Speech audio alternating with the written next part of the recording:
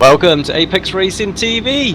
Wow, we're cutting this one a little bit close. Alex Simpson, Cam Stark for round 3 of the IndyCar Combined Series, sponsored by the Sim Pit. Cam, Monza, massive grid, split race again. Some seriously strong contenders in this race as well. I'm just having a quick look at the grid at the moment. Looks like Alex Saunders has got pole.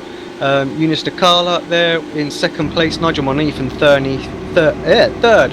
Ricardo is in fourth, Antoine Heggelin in fifth, Michael de Jong in sixth place there,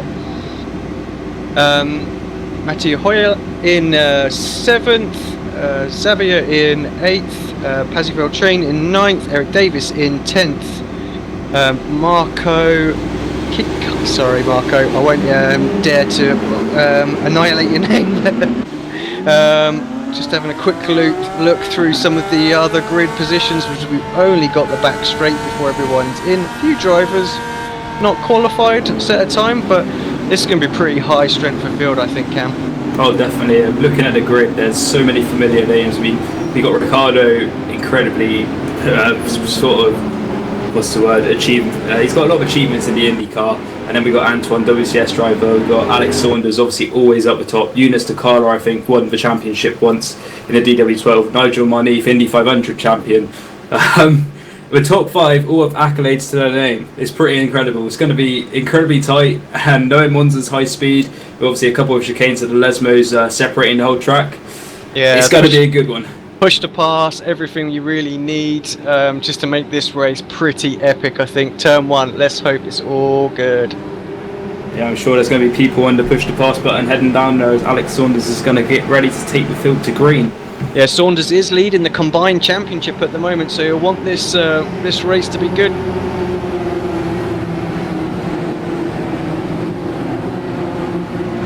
Here we go then. Drivers making their way. Alex is waiting. Here he goes. Got a very good jump. Yeah, gets a good start, and Eunice there has to tuck in really quickly. Monif perhaps is going to have an opportunity to get a pass around the outside of the chicane. This is where it can be really treacherous. Everybody on the brakes. Do we all get through? Oh, Eric Davis, no, he's powered into the number 13 and absolutely power drove. Turn 1, it is chaos, absolute chaos. Well, that's what can happen, unfortunately. Just got to be so careful through turn 1. Davis just back onto the circuit. He's lost loads of time. I think we all knew that was going to happen. Yes, we did. I'm afraid to say, that was absolutely diabolical. I mean, up the inside, turn 1 of however many laps is 25 lap race. Oh, we've lost De Jong as well. De Jong around. That's a shame for De Jong. Let's have a quick look at replay to see what it was that happened there. Already got sustained damage. And, yeah, just not good. Yeah, you're right. He already had the front wing damage, didn't he, from turn 1? And then let's just stay with this just to see exactly what happened. He's letting people go. Actually, I think that's the problem. And then, do you know what? He just lost it going over the curb there on the inside. Eric Davis and Sean Cole, sorry Alex, cut you off. Sean Cole and Eric Davis has touched. Exit of Ascari, Davis literally slightly touches Sean, and now they're 3 wide down the back straight. This is intense, but not the right intense you want. Going into the parabolica for the first time as well. So yeah, a few cars perhaps need to pit, get themselves some repairs maybe. Does Definitely. Anyone? No one does. Well, looking further back, Xavier de Carvalho and Michael de Jong, who I think are both in Madcape, maybe wrong, I know Xavier is, but they're both going to be coming into pit. Xavier sustained damage on the exit of Ascari, so that's where he lost his car, and then obviously we saw Michael lost it again around Parabolica. He must be picking up the instance thick and fast. Such a shame. Trying to make a move on Ricardo, can't quite get it pulled off. Has a little look, although just to see what's going on here. I'm not quite sure we've completely gone back to live somehow. There we go. Timing screen just not updating quite properly. So Higglin actually on the back of Nigel Monif. Sorry, I thought the livery looked a little bit wrong. Ricardo's moved himself up into third place. Good to see Ricardo's connection is all good. Better. Caused a little bit of drama last time, didn't it? That's just Yeah, it wasn't the best, but good to see he's got it fixed. He can actually race this time with in what is an incredibly high SOF compared to Montreal's one, which wasn't terrible. But this one, I mean, it's crazy high. I mean, well, we got the top 5, we've got a breakaway, which doesn't really surprise me. And Antoine's bringing up the rear of that, so I'm sure he definitely wants to get moving forward. As Alex Saunders is actually, check the last lap times if I can. He is about 10th, just under about half a tenth quicker than Eunice DePaolo last lap. Vince got that move done on Marneef into the. I thought for a minute he'd gone steaming in there. I was worried he was going to hit Ricardo, but somehow he gets the car stopped. Maybe it was just the way the shadows were on the track there, but I really thought we were going to see a pile-up. He managed to just get it slowed down just enough. I mean, late on the brakes, so he made it stick. He's up into 4th, so he's going to be chasing down Ricardo. I think what we should mention, there is a stop in this race, isn't there, Alex? And what strategy that works best in the IndyCars is the undercut compared to the F1. You can generally get the undercut, but I think the tyres are pretty okay round here, but I still think you're looking at maybe 3 or 4 tenths of a second a lap faster with the undercut, so I dare say we're going to see drivers in maybe lap 13, 14, not much else. Yeah, but obviously you got.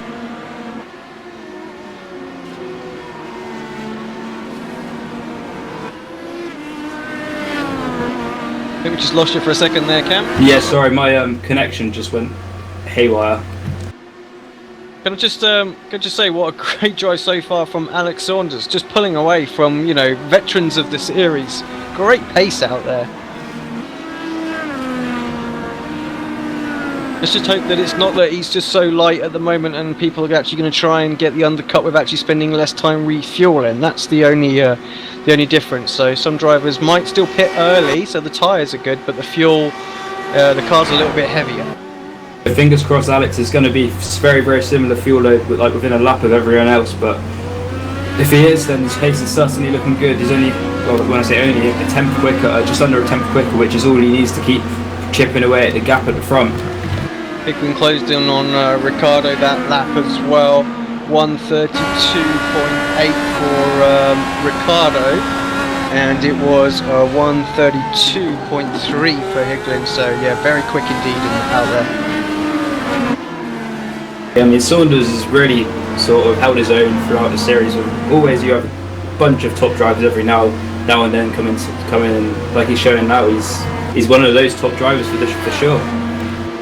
Yeah, I have to say there was people making comments that the combined series was going to be easy to win, and called it a bit of a joke. And I think actually right now, yeah, that comment was was a bit misplaced. I think there are drivers out there that are doing the combined series who are very, very quick indeed. Yeah, I mean, Saunders has definitely showed his pace on the ovals as well, so he's got it on both sides. Definitely a all-rounded driver for sure. Just having a little bit look at a battle forming up further back between Toman and Marco here as well. Very close going into the Parabolica. Toman has a little look. Nothing happening this time. Maybe we'll get a run, although he just doesn't get a very good line through the Parabolica. All that time that he closed up there, he's dropped back to 0.4. I know it's a long straightaway section, push to pass, might get him close, but it's closing in slowly, but just not going to be enough to get him by the braking zone. Now, just checking out Mikel de Jong, got a bit loose there on the exit of the second. His pace isn't dreadful considering he's had that early miss up, obviously way off the back of the field, but he's still in mid-33s, so about a second, just above a second off the leaders, but compared to the guys who are sort of mid-pack, he's going about 2 seconds quicker than them, and there really is a right cluster around 12th position at the moment. Yeah, Sean Cole closing in on the back of Eric Miller as well, so just a half a second separates those two at the moment. Cole started quite a bit further back on the grid, but has made decent progress even with the first lap shenanigans that went on, and everybody had to check up a lot through there, so really did separate that pack out a lot. Yeah, it's a shame it happened because I'm not really sure how difficult it is to keep the car in one piece. You've all just got to give each other enough room. It just takes for one sort of effectively brainless move for anything to go off there, and then it just everyone's hard work in qualifying just goes to nothing. Yeah, it's the age-old thing of you can't win the race in the first corner, but you can lose it, and you know, unfortunately, that was a pretty perfect example of how not to do it, I think. Yeah, definitely. I was just looking at Sean's start. He actually came to a complete stop to avoid the contact. It was actually a parking lot at the exit of turn 2 because of all the cars that were spinning and nowhere to go. But, he survived. We've missed an overtake, unfortunately. Let's just see if we can jump back and catch it. But Antoine is up and into 3rd place. He was at turn 1. Let's jump back, see if we can see where that was. Perhaps gone back a little bit too far as we were Ascari the previous lap. But yeah, so Antoine on Ricciardo. Does look like Ricciardo just suffering a little bit. He was dropping off of the back of Eunice as it was. But yeah, so Antoine got a good run down the back straight into the Parabolica. Didn't look for a move, just made sure he nailed that line through there. Wow, he got on the power really early using the AstroTurf and everything. I'm sure there's a push to pass going on here as well. Let's jump on board.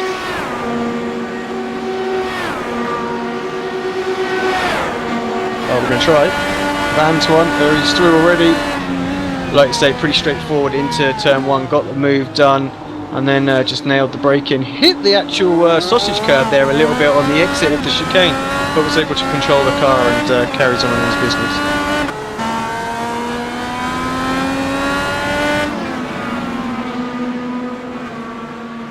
Good battle further back. This is for 7th and 8th. Just looks like R2 there. Just lost the place there, or is he just, I'm not really sure. R2 lost the place to Yuri. Yuri overtook him just going into the Parabolica. And R2 seemed to have a very poor lap actually. He was about two and a bit seconds off of what Yuri managed. 135.7, so I'm not quite sure what happened there, but perhaps just overheated his tyres or something, set him back a little bit for sure. Martin Carroll also seems to have had an issue in the recent laps. He's got absolutely mangled up rear wing. Just not really sure what happened there. Of course, won the last SOF race on the roadside. We'll be looking to try and move up. He definitely looks like he's got a little bit of pace on Ricciardo. Ricciardo's struggling a little bit today. All that said, he's been able to stick with Antoine pretty well since Antoine's got past him. So last time by for Antoine was the 132.2, and so was Ricciardo actually. So no, sorry, that was my mistake. Ricciardo was a second slower, but I'm guessing Antoine must have made a mistake on this lap. Talking about mistakes, I don't think Saunders has made any mistakes, but Nakala, I think, that's how you say his name, is actually closed up to him, so he's about a second, if that, behind him now. Yeah, 132.1, last lap was a 133, so yeah, a lot closer together this time. So yeah, I think Saunders just made a little mistake or something on that lap. Nothing too major, but yeah, Nakala definitely showing his experience now in this car, starting to put a little bit of pressure on Alex, and that's going to be the key thing. Can he just can he keep it point it forward? Don't make any more mistakes. Otherwise, it's going to be an easy overtake. I think it's going to be a race-long battle though between those two, and possibly Ricciardo and also Antoine, and maybe even Martinif as well, because he is, as we've said before, he's always a handy guy on the roadside as well. Yeah, it's interesting. I wonder if Alex perhaps tyres are set up for perhaps a slightly shorter run, to be quick at the start, where Nakala's gone a lot lower on the pressures, as we saw Antoine getting very loose in the background there. Yeah, a lot lower on the pressure so that they stay intact for a lot longer. It's a bit of a black art trying to deal with the tyre pressures on the roadside, and you really can have the car dialed in just where you want. I know for myself, the end of last season, I really wanted the tyres to be really good at the end of the stint, so was extremely low on the pressures at the start, but of course had the problem of being particularly slow at the start. But yeah, Eunice definitely closing in big time now. 0.2 of a second, must be in striking range now, surely. Pushed the pass. Little Saunders, mistake there from Saunders. On my screen, he seems to get a bit of air. Maybe there was a little bobble in the track, but maybe it was just a bit of lag, I'm hoping.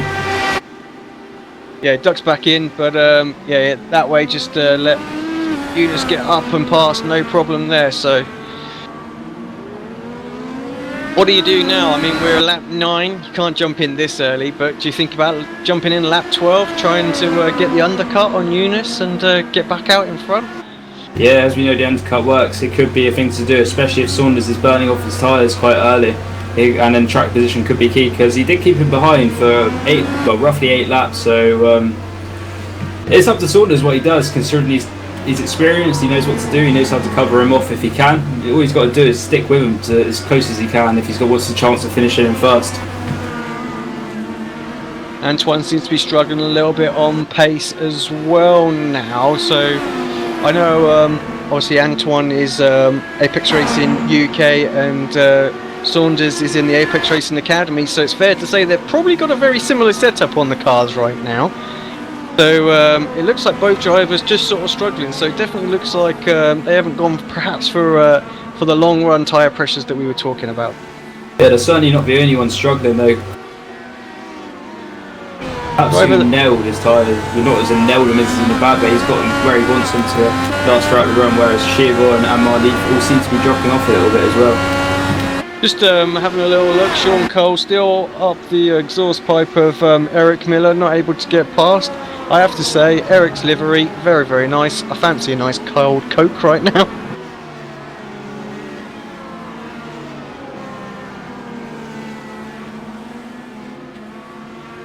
Yeah, just half a second. Sean really hasn't been able to make any kind of progress to get past them. The car's behind as well. They're fairly close, but all sort of strung out at the moment.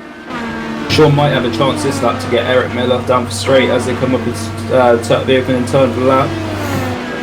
Should be on the push to pass button when he's only a couple of tenths behind, but it really does look like Miller has got a massive straight line speed advantage. Yeah, huge straight line speed advantage. Unless he did get on the hot button, the push to pass button.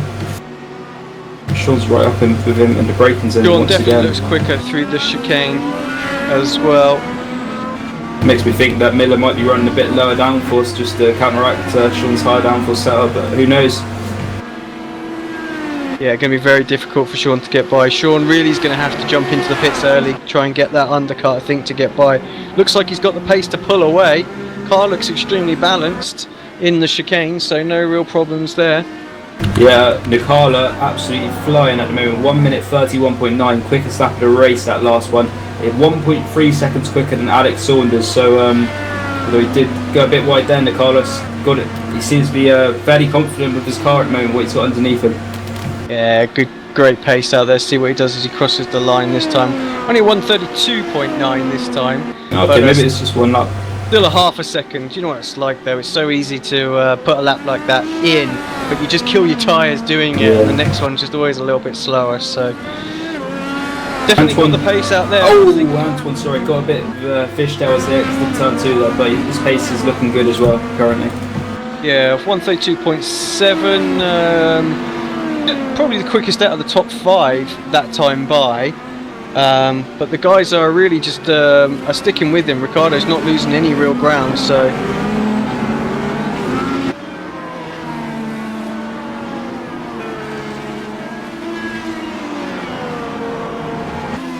Marleaf not able to make sort of any real progress either on the back of Ricciardo. So in fact, just losing a little bit of time, but not a great deal. Just needs to stay with it, as we saw in the last race. Anything can happen. You can get places at any point on the race. But just tell you what a great looking track Monza looks like as well. They really did a fantastic job on this circuit, and it looks great on the broadcasts.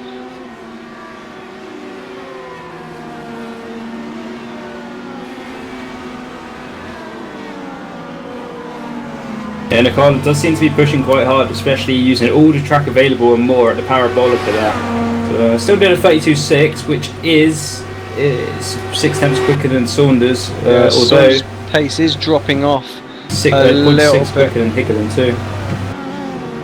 Yeah, Hickman's just a 33.2 as well. So I know Antoine doesn't normally drive the Dallara. He did have a season in the car way back, I think, when it first came out, so it's probably changed a fair bit. Dare say he's just come and jumped and grabbed the setup from the forum. But yeah, of course, doing great in the World Championship Series. So it just goes to show you what kind of caliber drivers we've got in this race right now. I'm sure Antoine's like 15th, 16th overall in the championship. He's been getting some top 10s in that series, so yeah, no slouch by any means. He's having a really good season, really, really consistent as well, which is all he needs, and that's what he's been doing, hitting up some great results. Worth pointing out, Marnif in my favourite team name again. Hold my beer. Hold my beer. I will point that out in every race, especially as we're well and truly in summer right now. Could do a nice pint.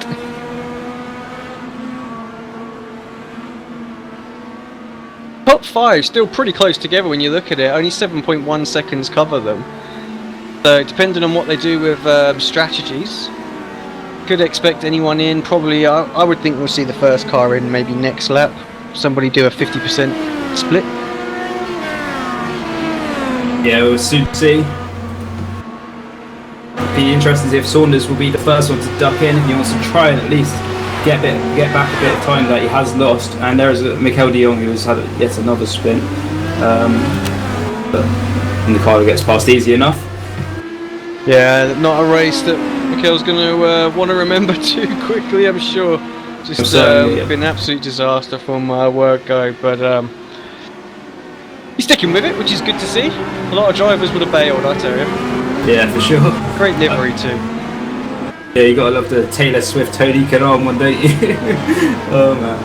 Oh, we've got we have got a few guys pitting right now as well. So we've got Marco, Toman, and who else is in at the moment? Just those at the moment.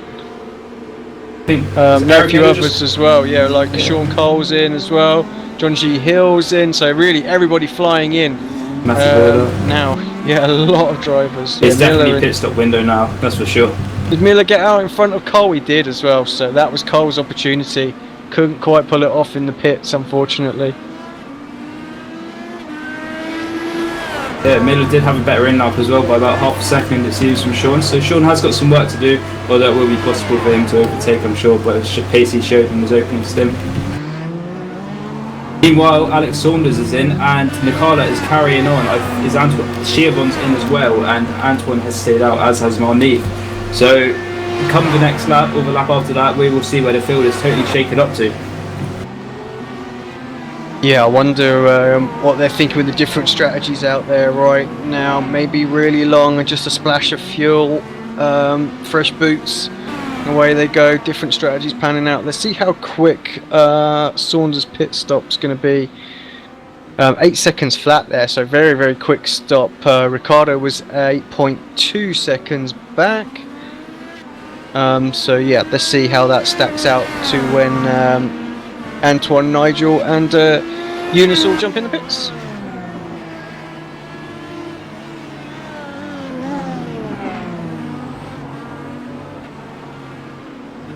At turn 1 at Monza, it's remarkably tricky, carrying all that speed to nail that brake point, especially in the Dallara that likes to overheat its rear tyres on braking as well, and just step out. You really need to be aggressive, but you have to be so careful there. Yeah, the tyres on this car, what's the best word? Rubbish. Well, yeah, they're rubbish, but if they're glass. Let's not beat around the bush, they're rubbish. Hopefully we'll get an update so they're not so sensitive soon. Nicola's in to get a fresh set of boots and stuff that probably won't be rubbish for at least a couple of laps. Yeah, Antoine's in, and Marnif as well. They're all hidden beyond the pit wall because we've got such a rubbish camera we can't see. Here comes Saunders. Let's see where he's going to be as well. The first lap, I don't think he's going to have enough to have closed in on Eunice too much. I mean, he will probably have gained maybe half a second at tops. Eunice is off the jacks and he's just leaving the pit lane now. 8.2 stop for him, so that's very quick. 8.3 for Antoine. Oh, it's going to be close. He's going to be closer. I don't think he's going to be there. I mean, those less rubbishy tyres he was on for a lap have gained him a bit of time, but they're soon going to turn dreadful again. Antoine has lost a bit of time though. Yeah, he was 0.2 of a second quicker, of course, in the actual pit stop window as well. So yeah, he needs to make hay while the sun shines, especially if this is where his car's the quickest. He needs to get back onto Eunice's tail, use some push to passes, and he goes in very deep into the chicane, misses the apex there, just about avoids the sausage curb there. That will have cost him a little bit of time for sure. David Henger into the pits as well. Oh no, he's not into the pits, sorry. He's having a little spin, just thought that was a stop. He's just having fun with the polystyrene and the cones. Gets one caught under his wheel just for good measure. Have it. Spits it out on the track as well. There we go, it's gone. What's with the Coca-Cola liveries as well? Look, I'm thirsty as it is. This one's for Coke Zero. They paid off iRacing members all of a sudden. Oh, he's got some problems in that car as well. He's just barely able to make the second chicane there. He's either got some damage or his brake bias could be an easy fix for that possibly. They have a driver who did lose some time in the pits. That was Marnie. 8.8 second stop, 0.6 of a second slower than anybody else, and he's 2.4 seconds behind Ricciardo now. So really needs to absolutely nail some laps to get back onto these two.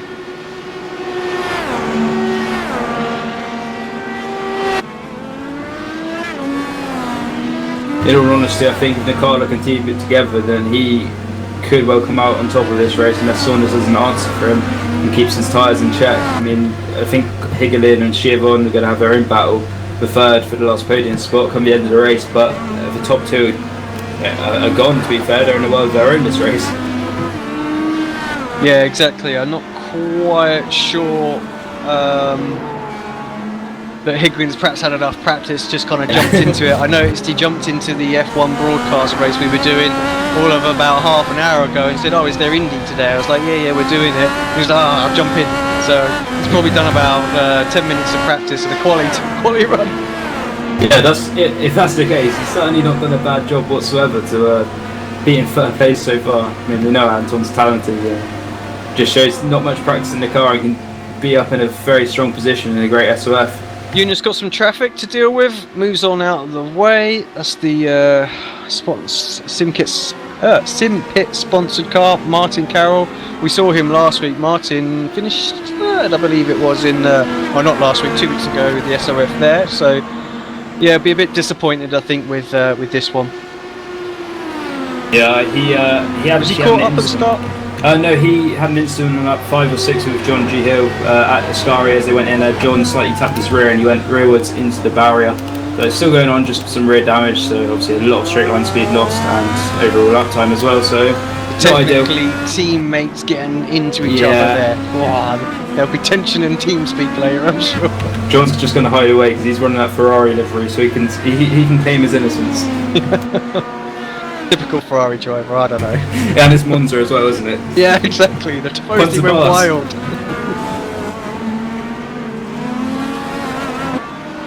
Yeah, and Carla lost that about a tenth and a half quicker.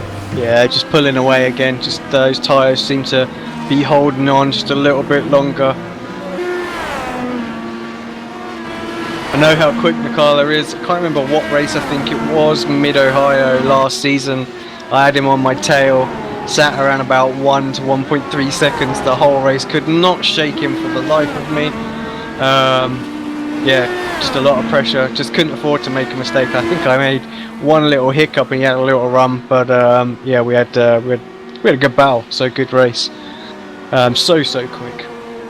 They're talking about someone else who's quick, I think, and obviously can't run this sort of Naruko Ishida. It'd be great to see him out again because he gave you a good run for your money a lot of races, didn't he? So it'd be great to see another top drop driver come out of the IndyCar event. But I think I wonder why he can't do this one as well. So because he does do the Friday one, doesn't he? This sort of around this time. Yeah, I've got a feeling. I think he said it might be something to do with work. Don't quote me on that, but I think he said he was unable to do it.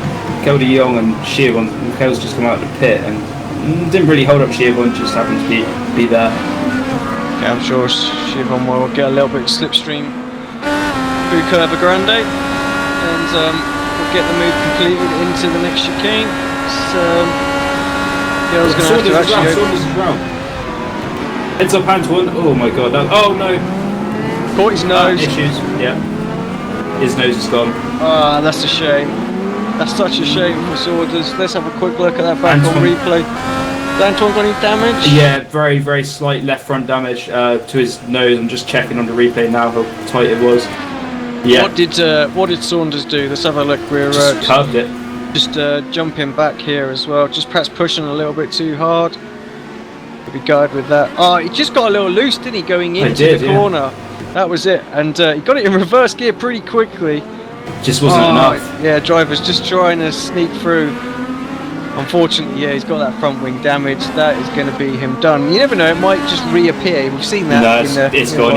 He span up one of the Lesmos. Oh dear. Yeah, he's tootling back around to the pits. He's going to be gutted about that, but his race is basically done. Absolutely done now, which is such a shame for him, running so high up. Got some reasonable points at the start of the week though, so he, where he will be disappointed. Let's see if we can see any damage on Antoine's car. Front wing looks okay. It's the shark fin, isn't it? Yeah, you can see the shark fin looks bent. So a little bit of scuffing on the side pod as well. So that will slow him down a little bit. About 10 kilometres. Yeah, it will make him a bit more vulnerable. So got 7 laps to hold on to this. Not going to be easy. Marnif as well needs to get by Miguel. Antoine's really pushing as well there, absolutely hopping over the curbs.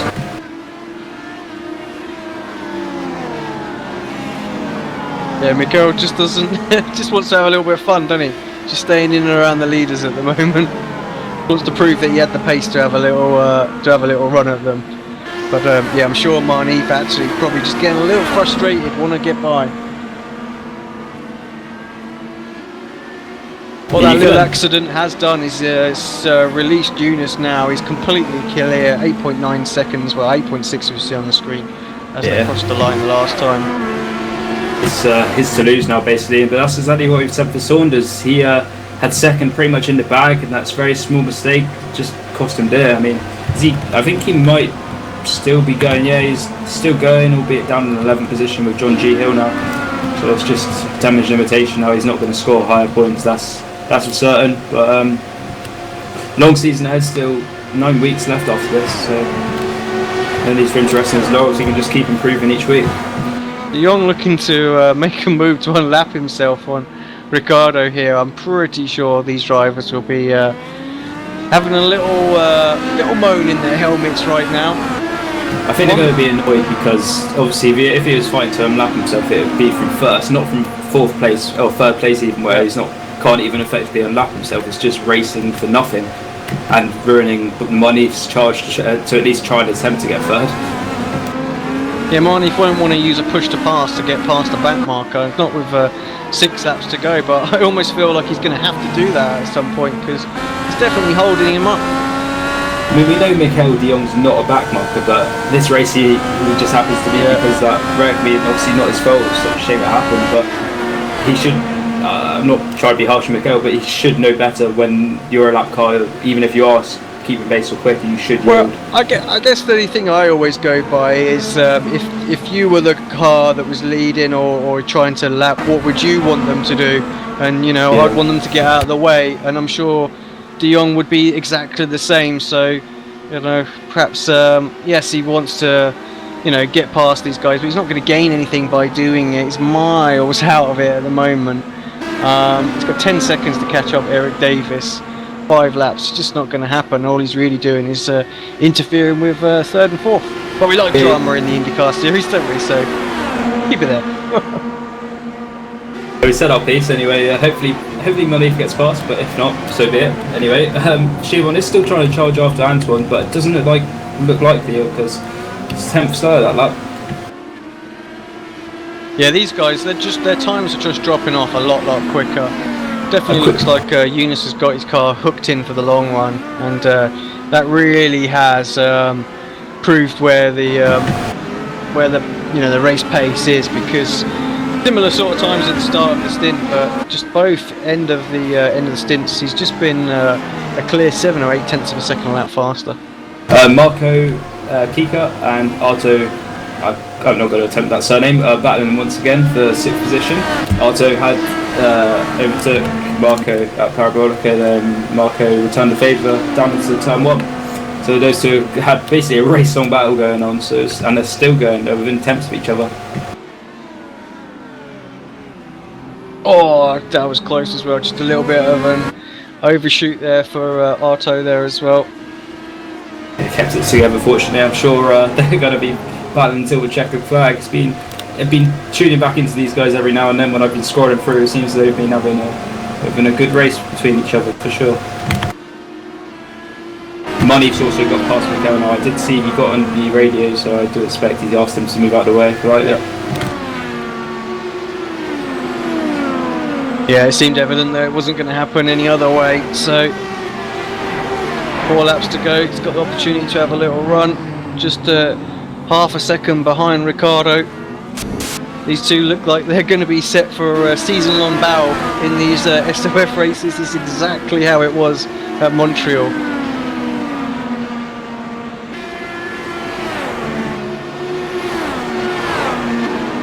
Alex Saunders is back in the top 10 here for this lap, so I think it'll be a bit too far-fetched for him to overtake Sean. I think he is still carrying a bit of damage. Yeah, so, he was 6 tenths of a second faster. Yeah, you're right. 4 laps, it's going to be close, but it's just not going to be quite there. I think we're going to see anything that's going to be between Marnif and Ricciardo, I think. Yeah, they're a bit too far.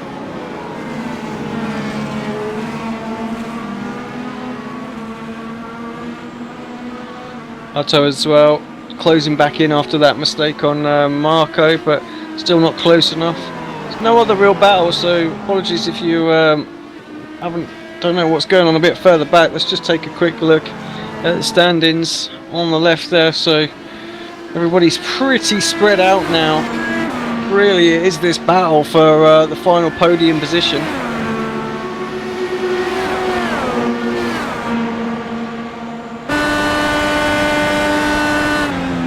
Marnif's giving Ricciardo a little look in the braking zone to probably try to scare him, but with Shielman being so experienced, he caught the high curb there, and that unsettled his exit just a little bit.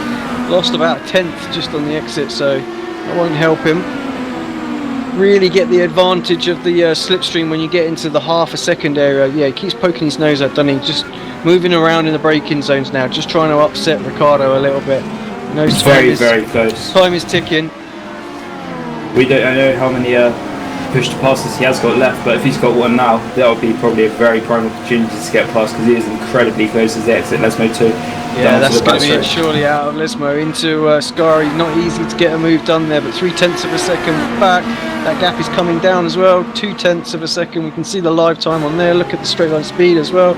About 6 or 7 kilometers an hour faster there. I don't think that was a push to pass. That just looked like slipstream. So maybe down here out of Ascari into the parabolic. I lost a little bit of time through Ascari. I think the best time to use push to pass is right as you get through parabolic on full throttle as early as you can, because then you literally maximise the 20 seconds or 10 seconds you have available. It gives you a massive speed boost, but it seems to have gone out a bit wide there in the early part of it, so I don't really think this would be the prime opportunity. No, half a second to go. He's got more than one left. It might be worth using it now just to try and get back close again. He's losing time in a straight line. You can see actually the difference between the straight line speeds there. So Ricciardo on 1-to-1 there when Nigel was just outside of that sort of 6 tenths window. It's actually faster in a straight line. So this is probably why Nigel's struggling so much. He's really going to have to get super close and use the push to pass. Just watching Antoine quickly, he's coming up to Eric Davis, who you'd like to think with nothing to play for he will let Antoine through fairly easily, but no, doesn't seem to be the case, unfortunately.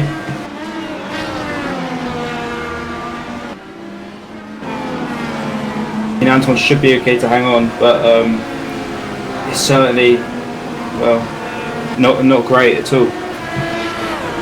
No, they're closing in quite quickly. I mean, it's 2.2 seconds. It was like nearly 3 at the start of this lap. So you can see he's not happy because he's weaving down the Marnif having a look too far back.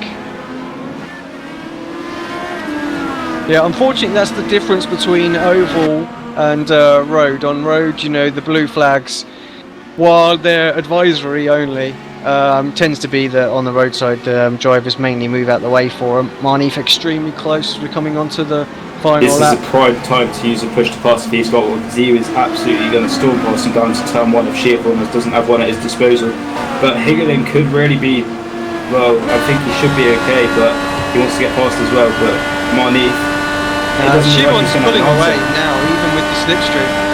I think he must use a push to pass because he had some very, very high top speed. 309 against 305 for Marneef, so Marneef just a little bit too much downforce on that. It's going to be very difficult. He's going to have to get a run. I would think perhaps out of Lesmo 2 is going to be his best bet, because that's where the downforce advantage really comes in. Antoine's going to be okay, 2.2 seconds up the road, even with about a lap too long, but traffic in the way. Marneef still has got a chance up to Scari and maybe even the Parabolica. Whereas, just look, watching the car, he's coming up to the Scari, he's got this one easily.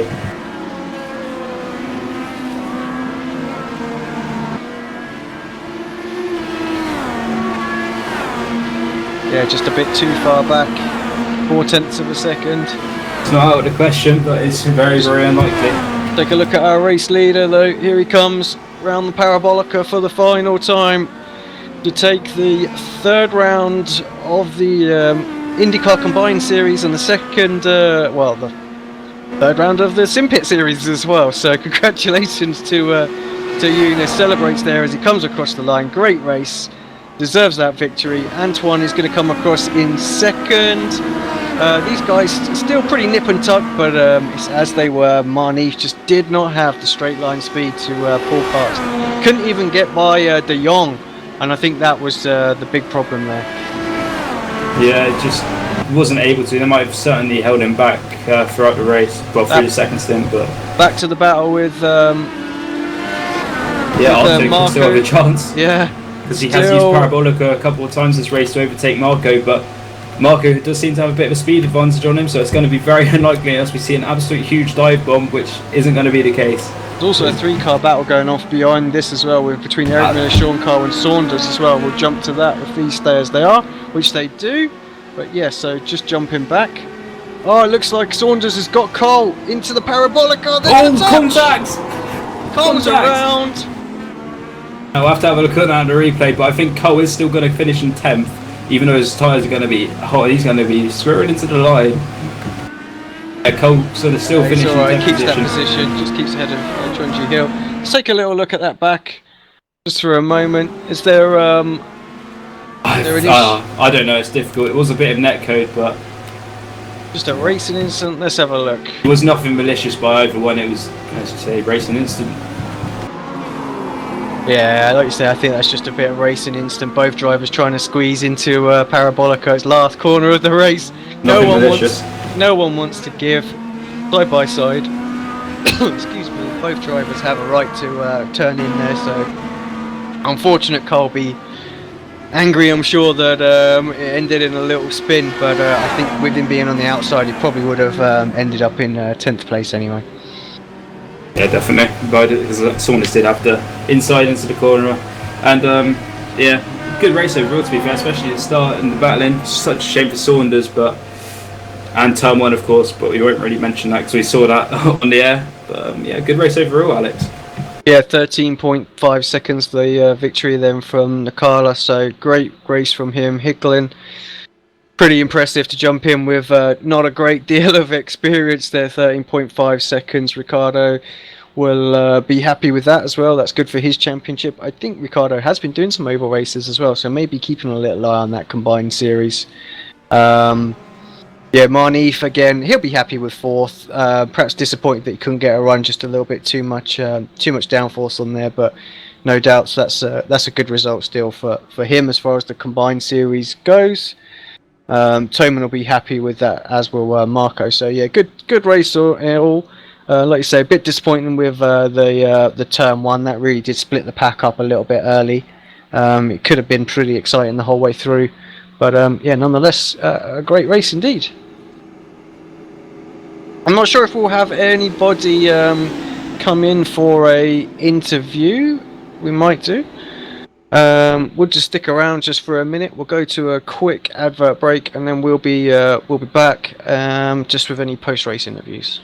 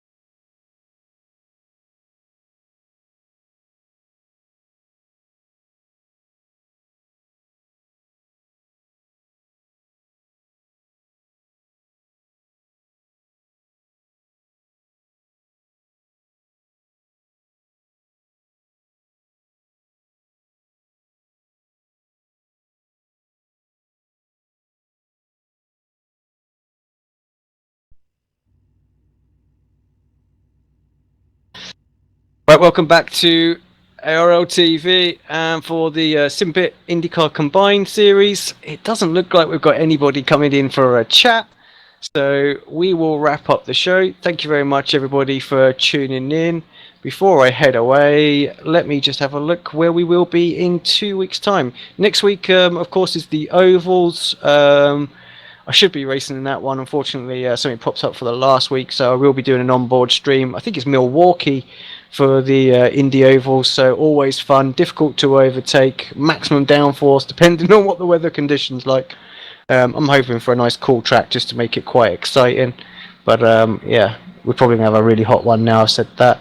Let's have a look at the Road Series schedule, see where we're going. Oh, we're going to Homestead. Oh, well, that'll be interesting. Road course A, of course. So, yep. What do you think about that, Cam?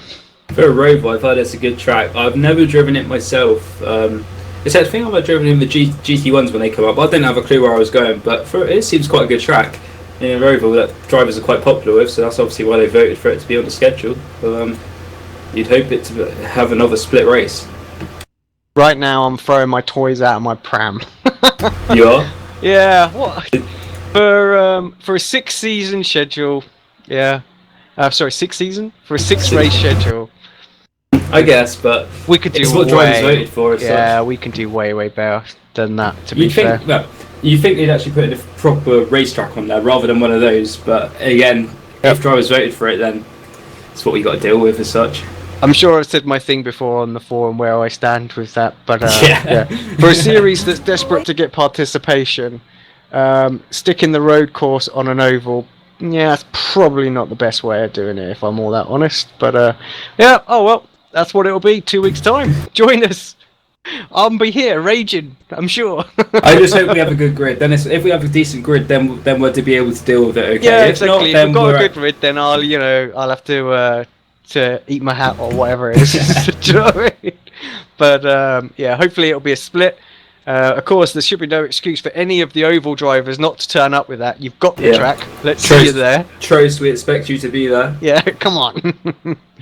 We should be a good fun race nonetheless anyway, so everybody will be on the same playing field, pretty even out there with not a lot of experience. So I will be sharing a setup again on the forum. It won't be my sort of definitive one, but it will be one that should get you around the track and be fairly safe. I hope that's helped everybody here at Monza. I think a fair few people are running it in the end, so glad it helped out no end. Thanks everybody for tuning in. Don't forget to hit the like button. We'll see you in 2 weeks for Homestead Road Course A.